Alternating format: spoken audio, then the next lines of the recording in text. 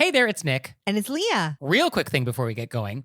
Please subscribe to our show and follow it. In whatever platform you're listening to us on. Yes, whatever app you're using right now, there's probably a plus button or a little bell or it says subscribe. Well, tap that, please. Just a quick little, and it makes such a big difference for us. We would really appreciate it. We really would. So please do that, and thank you. Thank you. And now, let's start the show. Yay!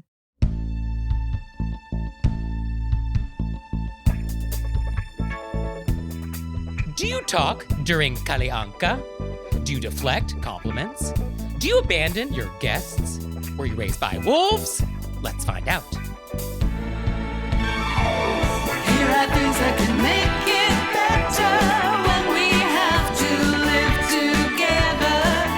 We can all use a little help. Some people don't ask themselves, were you raised by wolves? Hey everybody, it's Nick Leighton. And it's Leah Bonnema. And let's just get right down to it with our AMUSE-BOUCHE. Let's get in it. So for today's AMUSE-BOUCHE, I want to talk about Kalle Anka. Do you know about this? I don't. So I want to take you to Sweden. And in advance, I want to apologize for my Swedish pronunciation of Kalle Anka. But it's Christmas Eve. It's December 24th. It's 3 p.m., so the sun has just set. And there's snow on the ground. There are lights in the windows in all the homes. And it's now 3 o'clock, exactly 3 o'clock. And 3 or 4 million Swedish people, which is like a huge percentage of the population in Sweden, are going to stop and they're all going to watch Kalle Anka, as they've done for more than 60 years. And any attempts to change this tradition are met with fierce opposition and protest. So Leah, what is Kalle Anka? Whatever it is, I'm thrilled by it. I want you to know this is the top of my list. I hope it involves lighting candles because I feel like we have a few holiday traditions that come from that area that involve lighting candles and then things spinning on top of it because the candle's lit. Or maybe it's on a head wreath. Is it on a head wreath? Okay, let me just stop you right there. Okay. No. Oh, man. So Kalle Anka is the Swedish name for Donald Duck. Oh, wow. I was so far off. So at 3 o'clock, precisely, on Christmas Eve in Sweden, millions of Swedish people gather around the television to watch a program that is formally called Donald Duck and His Friends Wish You a Merry Christmas. And it's basically an hour of Disney cartoons, some of them ancient. And then there's going to be like a clip or two of like the latest Disney release. That's what this is. And it's a big deal. I love a holiday tradition. I do believe that some of those people at that point are probably lighting candles in their homes. I just want to say that. So it's like our Rudolph the Red-Nosed Reindeer animated show. Well, but except so much everybody more. At the same time. Yes, it has to be live.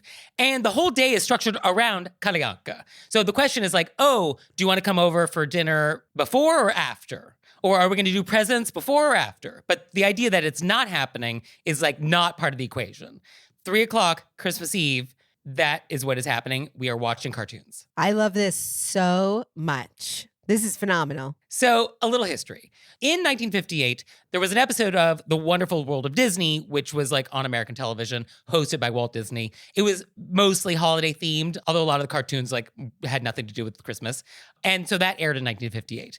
Disney struck a deal with the Swedish broadcaster in 1960 to air this on Christmas Eve, because there was only one channel at the time in Sweden, and they did not air cartoons. And so like this was like a little treat for the Swedish people. Like, oh, we're going to give you some cartoons. And it was so popular that they brought it back the next year. And they just re-aired it. Like the exact same show, same clips, just like they just re-aired it for most of the 60s. Then they like swapped out some clips. You know, maybe we'll have like a different cartoon here or there, but like it's been pretty much the same thing. In the 70s, the broadcaster actually wanted to pull it because it's basically just an advertisement for Disney. Like, it's super commercial. And that was not the ethos of the time in Sweden in the 70s. But some newspapers got wind of this, and there were so many protests. There was death threats. Like, it was such a big deal that the broadcaster was like, fine, we relent. Like, that's fine. In the 80s, they swapped out one of the cartoons, Ferdinand the Bull, for another cartoon, Ugly Duckling. There was so much anger over this that Ferdinand was back the next year. I did read somewhere that there was actually protests in the streets in Stockholm to fill an entire square. I was not able to find any file footage of this to verify whether or not there was actually protests in the street because of the Ferdinand the Bull cartoon being pulled. But like, people are very upset when there's any changes to this tradition. In my heart, I believe that is true. Oh, yes. Oh, no, absolutely. And the idea of not changing it, I mean, this even extended to when Disney actually tried to re-edit some of the clips, because some of these old Disney cartoons are a little problematic. I mean, like there's some stuff in there which is like, oh, we wouldn't do it that way today. And so when Disney edited out some of those more problematic scenes, like people were not happy about it. Like it was a big deal. Like they accepted it because they realized like, oh, Disney owns all this and like this is Disney's call. But like it did not go over well to remove some of this problematic content because you were just changing the tradition. So one of the hosts who did it 22 times, so 22 Christmases, was this guy Arne Weise. And he actually, in like the 90s, he arranged to pre-tape it because he's like, well, I don't have to do this live. I mean, I'm just like introducing these clips and like I can pre-tape that. People heard about it. There was so much blowback that he was forced to do it live in the studio. The Swedish people held him hostage on Christmas to sit vigil over this thing. They would not accept it. I actually saw some fun quote, which was, the Kalle Anka beast must be fed. Like he has to show up. But this guy actually says that the Kalle Anka tradition ruined 3 marriages. He blames 3 of his divorces on this because he was forced to show up every Christmas for this thing. He gave some newspaper interview and he says, quote, I wasn't easy to live with. I was in a bad mood out of nervousness before going on air and tired afterwards. That doesn't help make you a good father or lover. And so Kalle Anka destroyed his life for the Swedish people. My guess is that it was not Kalle Anka, but it's such a responsibility. It's such an honor to bring in Kalle Anka every year. Yes. No, I mean, I think it is an honor. I think after 22 of those years, he felt like, I'm good.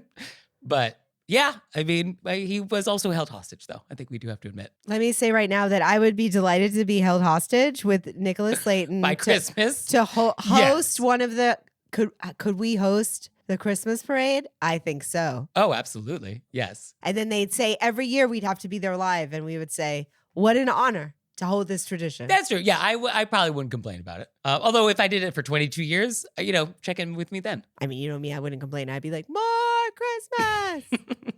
So here are the rules. If you're in Sweden and you are going to be in someone's home where they're going to be watching Kalle Anka, there's no talking.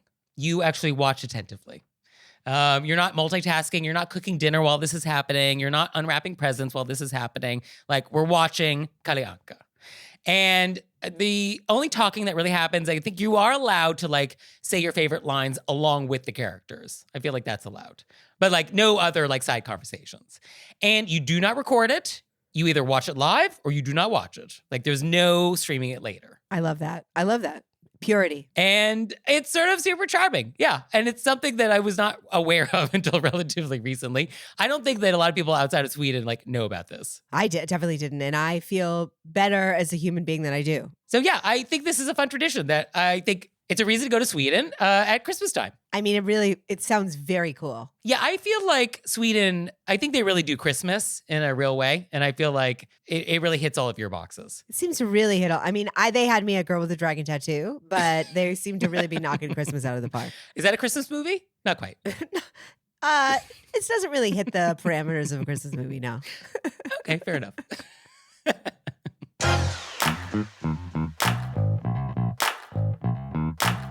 And we're back. And now it's time to go deep. Deep and, oh my goodness, thank you so much. So for today's question of etiquette, I want to talk about receiving compliments. I think this is such a great topic. Yeah. I mean, this is definitely something I'm working on. I think a lot of us are working on. And so let's talk about it. Let's. And so I want to focus on the receiving part. We've definitely talked about like giving compliments. What's a good compliment? What's not a good compliment? But yeah, receiving compliments is hard for a lot of people. And I guess the first question is, why is that? Because I have a hard time with it. It's like, why do I have a hard time with it? Because I think we are all too hard on ourselves. Is that what it is? Yeah. Yes. And I guess we want to be sort of modest. We want to be modest. We don't want to be boastful. Yeah. And I think a good thing to preface this conversation, this is for the United States. Other countries, cultures, traditions, I have like a very different approach to compliment receiving. And so I don't think we need to go global for this conversation. This is mostly like the American approach to receiving compliments. Very good point. Very good point. And so I guess, the main etiquette advice, the usual rule is just say thank you. That's it. Just leave it at that. I think that people, when they can't receive a compliment, are doing it out of feeling modest or like, no. But what ends up happening is that you're giving the person who complimented you work. Yes. I think that's the kernel. I say, I really loved this thing, and then no. And then I have to, and I deeply mean it. And so I'm like, no, and I thought this, and then I have to convince you, and let me say, close friends, maybe you just did a show and you're super insecure about it. And I'm like, I love this part. And you're like, no, I hated it. And then we have a conversation about it. That's not this. Right. I totally understand that when you're working something out or you're insecure about something and it's a close friend. This is like not the closest, which I think you could also take compliments with close friends, but they say something nice to you and then you put yourself down and now you've put that person in a position to defend that you're not whatever you just said you were. Right, exactly. And Miss Manners agrees with you. And she says that like it's most likely just like a passing pleasantry. It is not the topic of conversation. And quote, the only advantage of debating a compliment one has received is to reduce the chances of it recurring. Yes.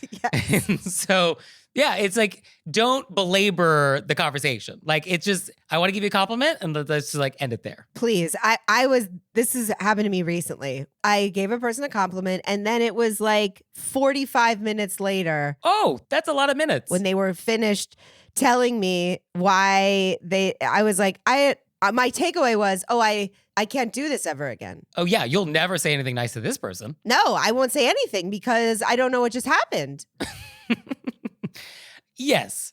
But saying just thank you and leaving it at that's very hard. I think that is a little tricky. That feels a little like, is that enough? So I feel like this is why people struggle with this. I have trouble not, as soon as if somebody compliments me, I compliment them right back. Yes, and that's not required. It's not required, but I always feel delighted by something about them. Well, if you actually can return the compliment and it's sincere, then I guess that's fine. But we often feel the pressure to be like, oh, let me return the compliment even if I don't mean it. Like, oh, your hair's nice too. And it's like, was it? Is it? Maybe not. I mean, I don't say it if I don't mean it, but there's always something lovely. Right. But I mean, to feel obligated to return a compliment of some sort, yeah, this is not necessary. No, I don't think it's necessary. Also, I do, and I do this all the time. People will say, hey, I love that shirt or I love those glasses. And then I'll be like, hey, I do this thing where I take my sunglasses in to the thing. Like, I can't not tell people, oh, I got this on sale at TJ Maxx. I cannot not tell people that. Double negative. Yeah. And maybe that's not appropriate, but it is filling that air. Right. So for that air filling, what I've been trying to do is say like, oh, thank you. That makes my day. So just emphasize how that compliment makes you feel. Or if it's like, oh, I love your sunglasses. Thank you so much. They're my favorite. And then we can also just sort of like leave it at that. And that's sort of succinct. That's quick. Usually compliments make my day. So I feel like I've definitely said something to that extent. I sometimes want to share where I got it in case people are looking. They'll ask. They'll ask if they want to know. Right? Well, I have these white boots that I got at Marshall's, and I've gotten a lot of compliments on them. Okay. So I just like to tell people when they say they love them that these were at Marshall's because you can get good, great looking stuff. Yeah. Get in there. Find some stuff. Although now that I'm thinking about it, like, is it rude to ask someone where they got something? Maybe, I feel like people context. don't ask that because they don't want to get in your business. Right. So I'm just throwing it out there. Hey, I got these at Marshall's. They are more available to you for $7 or $12.99 or whatever I did.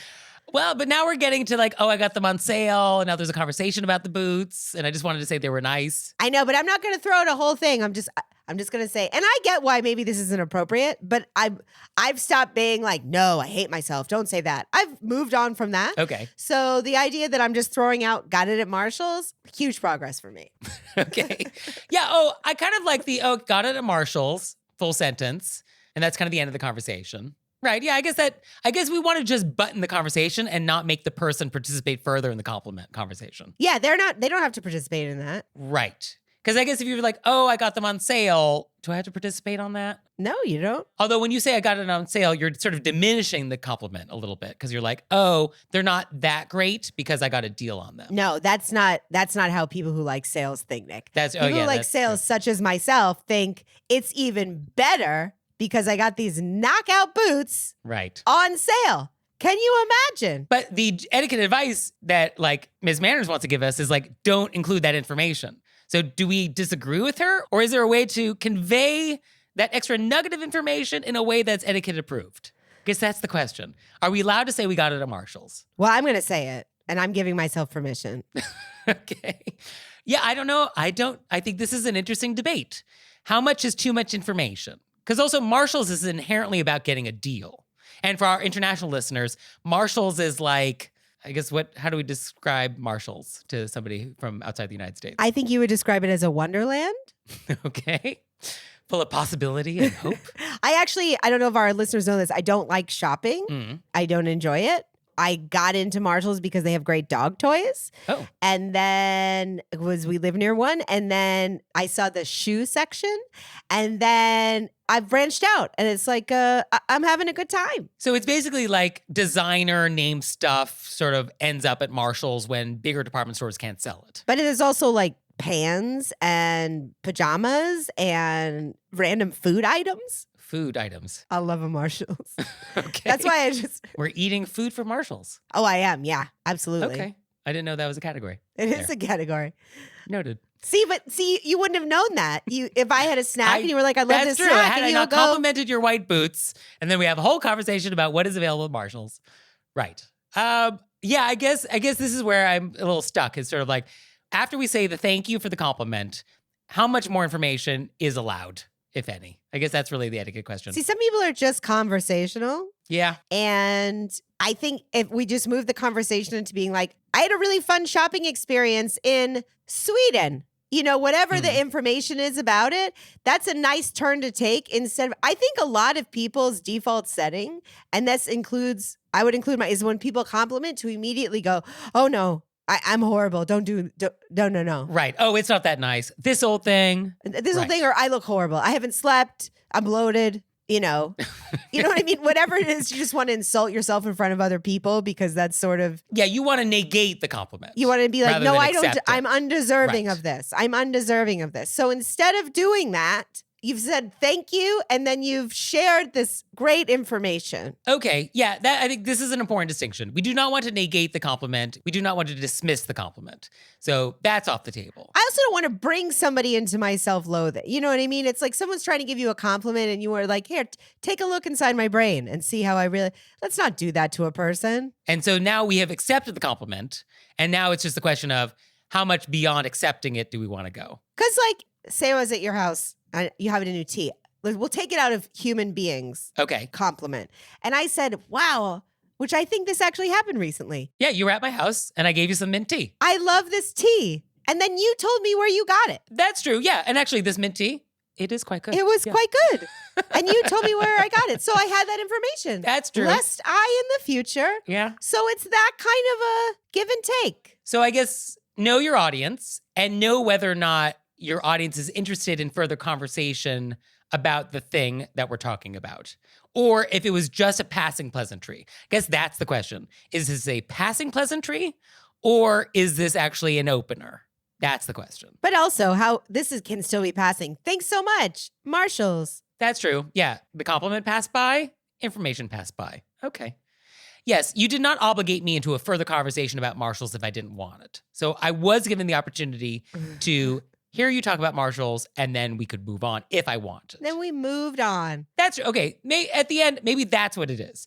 You do whatever you want to do with the compliment after you accept it, but you do not trap me into further conversation. And then most importantly, I didn't make you get involved in me wanting to put myself down, which is That's the most important, yeah. really the most important. Then I have to stand there and be like, no. You look like you slept. And what do you want to be Right. like, why do you think I just gave you a compliment? What's going on? Okay, so I think we arrived at something here. I do too. I feel good about it. Well, thank you, Leah. Thank you, Nick. That makes my day. How wonderful. And now it's time for an intermezzo. Intermezzo. So this episode is brought to you by Uncommon Goods. So Leah, what is Uncommon Goods? Uncommon Goods is here to make your holiday shopping stress-free by scouring the globe for the most remarkable and truly unique gifts for everyone on your list. And one of the great things about Uncommon Goods is that they have customization. And what is more thoughtful than customizing a gift? And one of the things that caught my eye for a friend that I have that has a lake house is you can get a serving tray that has a 3D topographical map of a lake of your choosing, which of course would be the lake that my friend lives on. And like, how great is that gift? Like, oh, here's a serving tray with your lake on it. And what a great gift. So tons of great stuff like that. Go to uncommongoods.com, check it all out.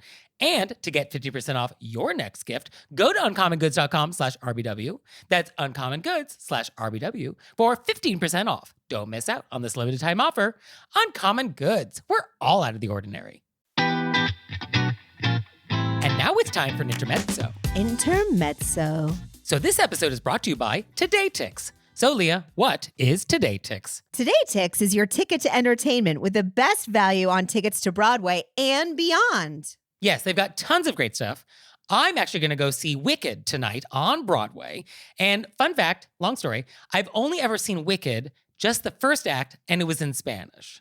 And so I'm very excited to go see the full thing, both acts, in English on Broadway tonight.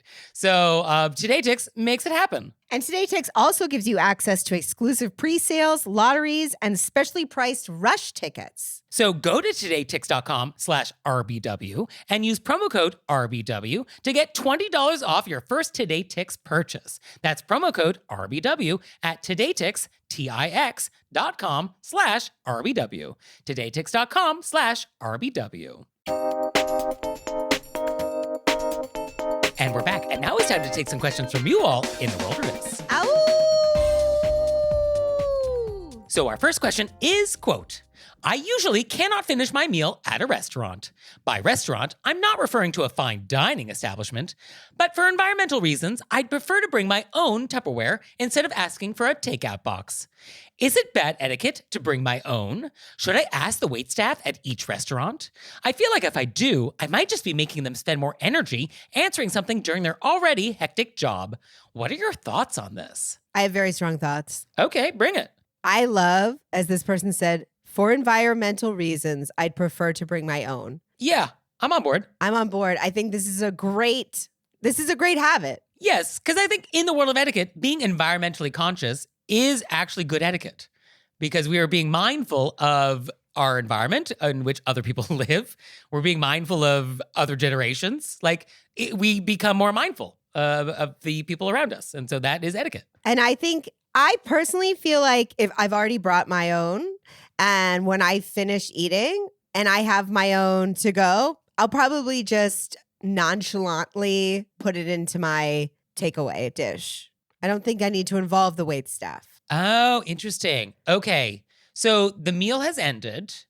And normally, if you were at a restaurant where you did not bring your own container, you'd be like, oh, can we get this to go? Oh, I have an the conversation. addendum now that you said that. This is what I would. Okay. This is what I would do. I finish. The waiter or waitress comes over and says, "Hey, do you want this to go?" And you say, and that's when I would say, "Hey, actually, I brought my own reusable container." And then so they get what's happening. Yeah, I don't want you I'm at the table and I just whip out containers and I just start filling containers of food without any conversation with anybody. I feel like that's a little weird, right? But I don't think you need to give the container to the waitstaff to be like, "Here, take this in the back and do it." I think you could just let them know, "Hey, I brought my own thing." And then they'll be like, "Okay." Well, I think it depends on the restaurant, but I think asking for permission, I think is nice. I think there could be some conversation which is like, "Hey, I'd like this to go. I brought my own container. Would it be okay if?" I think we want to have that conversation because I think in a lot of places, this is very new. Like no one's asked before. And so I don't think we want to just start shoveling food into like containers we brought from home. No, you're right. Now that we've said this out loud, I think that's right. But I do think you can just say, they say, would you like to go? And you say, I actually brought my own container. And then I think if they go, okay, great, then you can just do it. And then if it's more appropriate, they will at that time say, oh, would you like me to take it in the back and do that for you? Right. I think there are different styles where this happens. I think a lot of the time, like they take your dish into the back and then come back with the container. I always find it actually a little strange when they bring containers to the table and then you do it yourself. I don't know. Oh, I do. I guess that's a different because then style you of get to restaurant. see what's happening. Right. And you don't run into this issue like one of our letter writers had where like they got somebody else's meal and the restaurant was like, that's your meal. And it's like, no, it's not.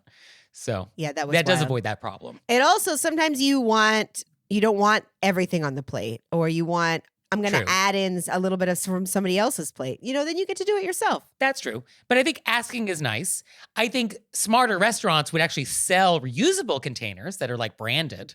Like I would love a French Laundry metal or glass container that's like branded with the French Laundry logo on it and like charge me for it, add to my bill. Like I'd take that home. That sounds fun. Yeah, I think that it's for those people who then will get in the habit of bringing it everywhere. Yeah. And in terms of like fancy restaurants, fine dining, I mean, I think it's also fine in a fine dining restaurant. Like if it's the type of place where you're asking for leftovers, which at a lot of fine dining, I mean, I guess it depends on what kind of fine dining we're talking about. But if it's sort of like an 11-course degustation menu, like how much leftovers are we even talking about? I mean, the portion sizes are like 2 sprigs of something and a little carrot stick. And like that's a whole course. So like how much of that are you taking home? But I guess if you wanted to take it home, I think a fancy schmancy restaurant, I don't think they'd have a problem with it. They'd be like, sure, we'll put it in your container. Also, I think that being environmentally conscious is very chic. Yes, I think it is good to ask in a way that's not judgmental, though. So I feel like the way we ask has to also just be sort of neutral. It can't be like, I'm a better person that cares about the environment. And so I brought my own container. No, I knew that our letter writer wasn't doing that because that's why they wrote us a question. So Sure. But I'm just saying, don't say it in that way. yes, don't say it. That's my advice. I would be like, I brought my own container. Yeah, is that cool? Yeah.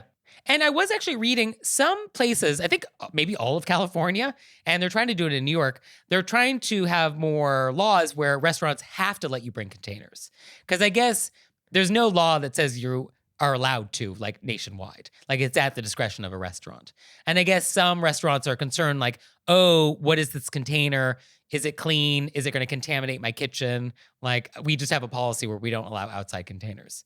And so I think there is sort of a movement to just allow more people to bring their own containers that also just like protects the restaurant for, litigation, I guess. Well, I mean, that's why you would keep it at your table and you don't bring it back into the. Keep it front of house. Yeah. And I guess the only thing I would ask somebody bringing their own container is make sure it's clean and the right size. And then obviously it's different if it's like a buffet. You can't be like, hey, I paid for unlimited buffet. Not that that's in this question, but I mean, that's when restaurants are like, okay, you can't bring a container when it's like family meal and you keep refilling it so you can refill all the containers that you're now putting under the table.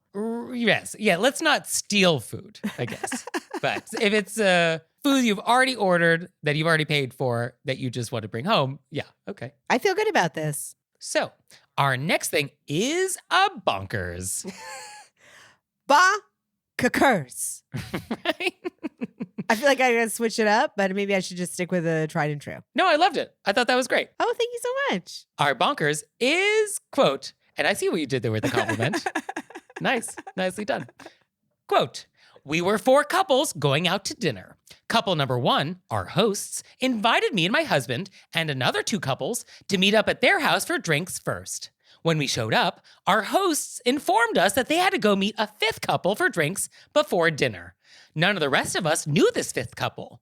So our hosts then left us at their house and told us to meet them at the restaurant in an hour. Needless to say, we were shocked. We did as told and met an hour later at the restaurant, but no explanation was given as to why drinks with couple number 5 was even scheduled. They weren't at the dinner, which was awkward.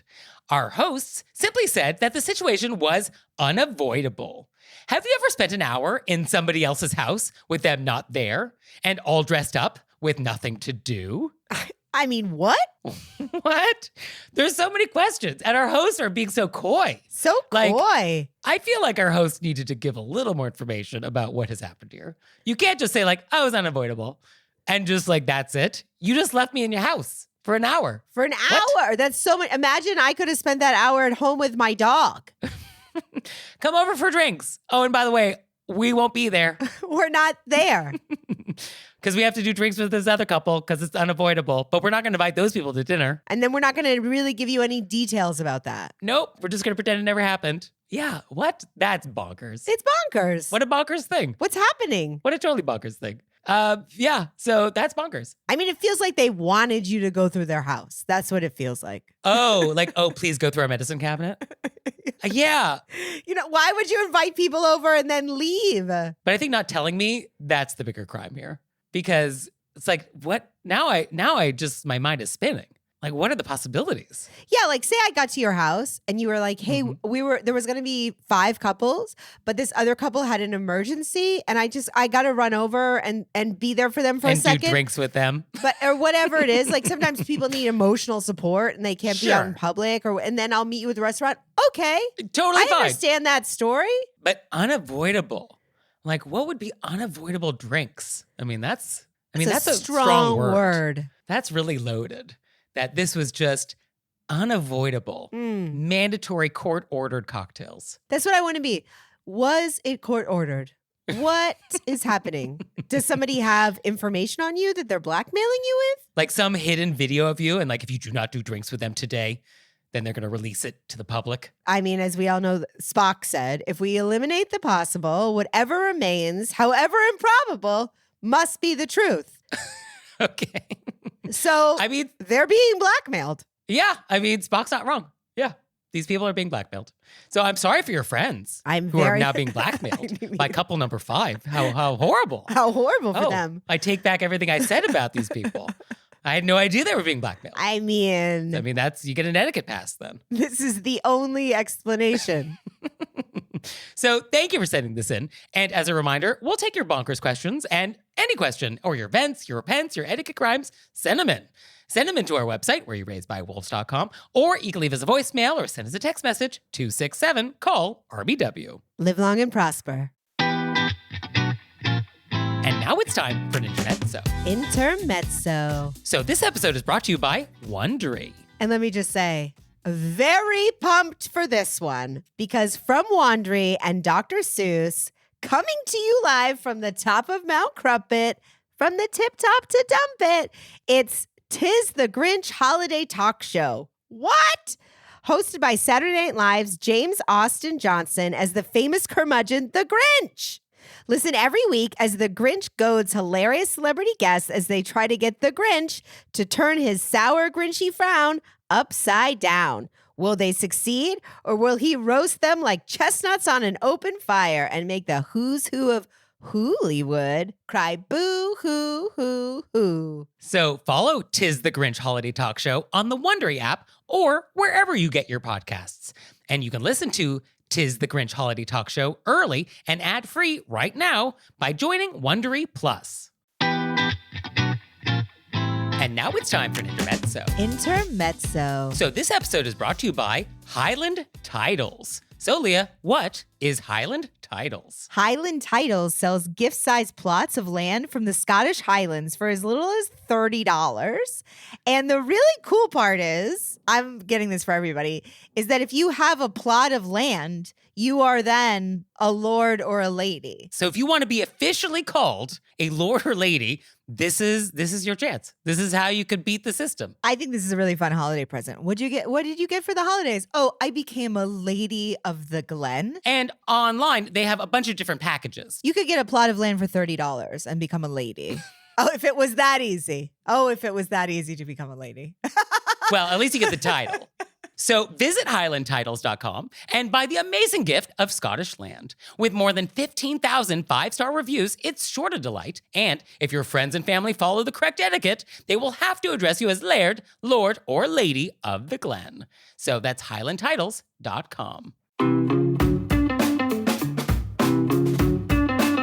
And we're back. And now it's time to play a game we like to call Vent or Repent, Then to repent. which is our opportunity to vent about some bad etiquette experience we've had recently, or we can repent for some etiquette faux pas we've committed. So, Leah, would you like to vent or repent? I'm going to repent. Oh, Leah, what have you done? And I want to say, Nick, I already feel bad. I make no promises about how the next few minutes are going to go. So I don't need to be more admonished because I'm Well, saying this is it not the right publicly. Okay. Well, what has happened? What have you done? So I was on a flight Mm. and I can't speak to how alert I was. Okay. You know, a lot of traveling, you get worn down. Sure. I'm going to my seat. I see a person in my seat, Okay. or what I think is my seat. Oh, dear. Yeah. And let me say, in the past, there's been a lot of people in my seats who want to switch seats It but are happens. sitting in my seat. Sure. So I just get there. I'm looking at my ticket. I see the number. I see the seat. And I don't remember the exact words. I don't know if other people have this problem, but when I get really anxious, I don't remember exactly what I said. I just remember being anxious and I sort of remember my tone. But I implied in one way or the other that she was in my seat.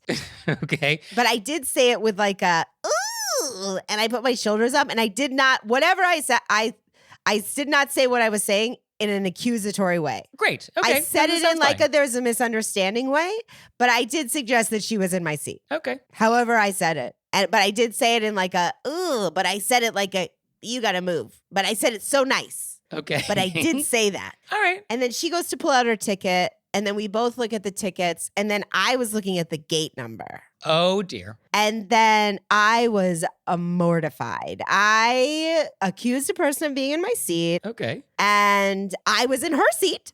And I should be admonished because how horrific well, of me. what did she say to this? Like, was she upset, or we looked at the tickets? You're like, oh, it's the gate number. I'm so sorry, and then we move on. I moved on. I turned around and went to the other seat. And then I turned back around and I go, I'd like to say again how sorry I am because that was on me. Okay. I mean, I think laying it on a little thick. I think just this felt is so fine. horrible. I don't want to be one of these people who are like, you're in my seat. And then it was me. I didn't say it that way, but I did But say. you weren't sitting in the seat, though. No. You were coming down the aisle. I was coming down the aisle. You looked at this person who was in the chair, and you're like, oh, that's my seat. And then we look at the paperwork, and you're like, oh, I guess it's not. So sorry. Yeah. I feel like this is fine. It didn't feel fine in the moment. I felt like an animal. Well, it's not about making the mistakes. It's about how we recover from those mistakes. I did apologize twice. I think you should apologize again. I think you should have gotten her information, and you should have mailed her an apology note. Now, if you're listening to this podcast and you were in 26E, You should have sent her a gift card. I almost did. I wanted to get up and be like, hey, I gotta pay more attention. I mean, I think as etiquette crimes go, this is pretty mild. I mean, I don't know why I felt so horrible about it. Well, because we talk a lot about horrible people on airplanes. We do. And then I was like, please don't let that be me. And among the etiquette crimes are people who want someone else's seat and just take it. Be like, oh, you want the window? I guess I could move if you really feel like you want the seat you paid for. Like that happens all the time. And I think you feel like you were that person, but you were not. I do feel like that. I wasn't, was I? But you weren't. I apologized. And then I did a yell down the aisle apology as the second follow-up. Now you're a disturbance. Now you're a problem. Now you're an etiquette problem in this airplane. Because now you're the woman who can't stop apologizing. I only apologized twice and then I let it go. Okay. So for me, I would like to vent. And so I am at the gym and I'm stretching. I'm sort of just like getting ready for my workout because I find that most of my workout is, I call it prehab, where I'm like, I have to really limber up first to make sure I don't injure myself. So I'm stretching and it's a gym I frequent and there's always like the same group of people around the same time. And there's some guy who's training his own client and they're like across the gym and like they're talking and they're about to go on the treadmill or something. And I'm not really paying attention. But the trainer across the gym yells in my direction, hey, how much do you weigh? And I'm like looking around. I'm saying like, oh, is that directed? Is that in my direction? Is that a question for me? And yes, that was a question for me. This is not my trainer. This is not somebody I know. This is just basically a stranger asking me, what is my weight? Not just asking, yelling it across the room. Yes. And so it's early. My coffee hasn't quite kicked in. And I gave the number. I gave the number. And then the trainer turns back to his client, like he's done with me. He has the information he needed. He goes back to his client and he says, see what I mean? What? What does that mean? See what I mean? That person's weight. See what that weight looks like on this person? Like what? How do I interpret this? My brain would have exploded. I would have been like, what does that mean? What does that mean?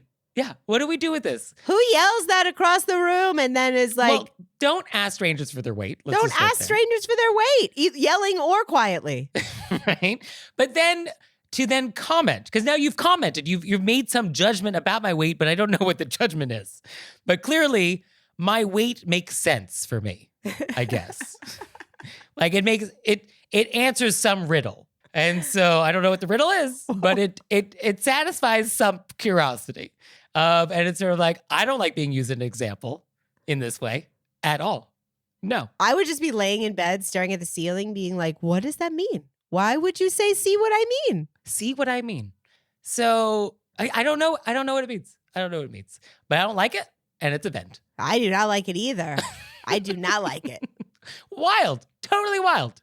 Totally wild. I think that it obviously had to be some kind of a compliment. Yes, I will take it as a compliment. That's how it was intended. I hope it was. It's still not appropriate, but I want you to know that's why it was a compliment. But I guess women don't get all the fun in gyms. I mean, I'd say we get 95% of it. Well, happy to participate in the fun.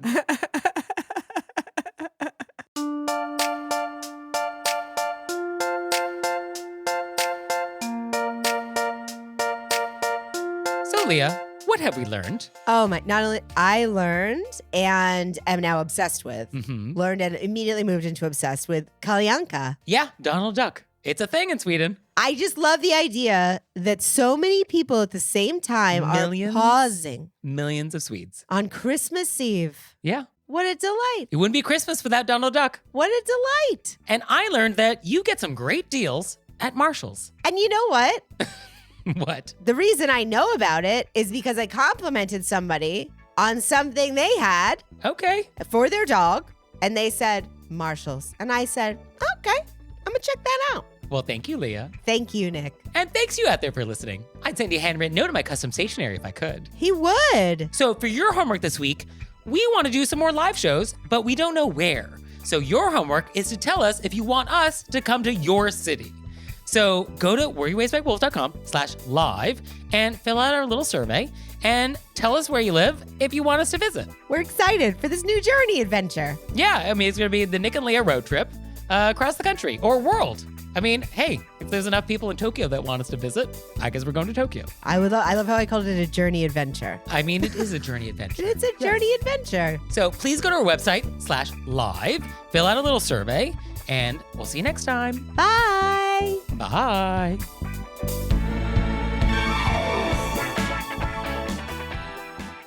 All right, Leah, it's time for Cordials of Kindness, the part of the show that you make us do, but I only give you 30 seconds to do it. Ready, set, go.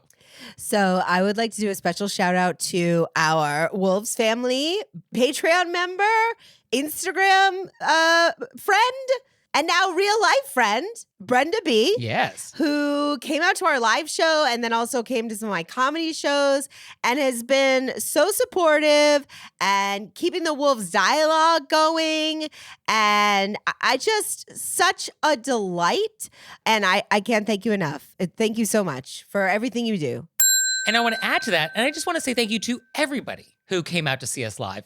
It was an amazing night. I mean, I had such a great time, and it was such an honor to have people fly to New York City just for us. I mean, like, what a mind-blowing concept that, like, people flew to New York. I mean, from around the country, like, people just flew to come and see us, and that blows my mind. That just, like, totally blows my mind. Our mind was blown. We were so great. I went over to Nick's house, and I was like, what are we going to do? Yeah, it's like, oh, people like have hotel reservations for us specifically. So I guess we can't cancel now. Got to do the show. Thank you so much for joining us on this Wolves adventure. Yes. So thank you for being part of our journey and supporting us and liking what we're doing. And I guess we're going to do some more live shows. And thank you. I mean, just like truly an honor. Thank you.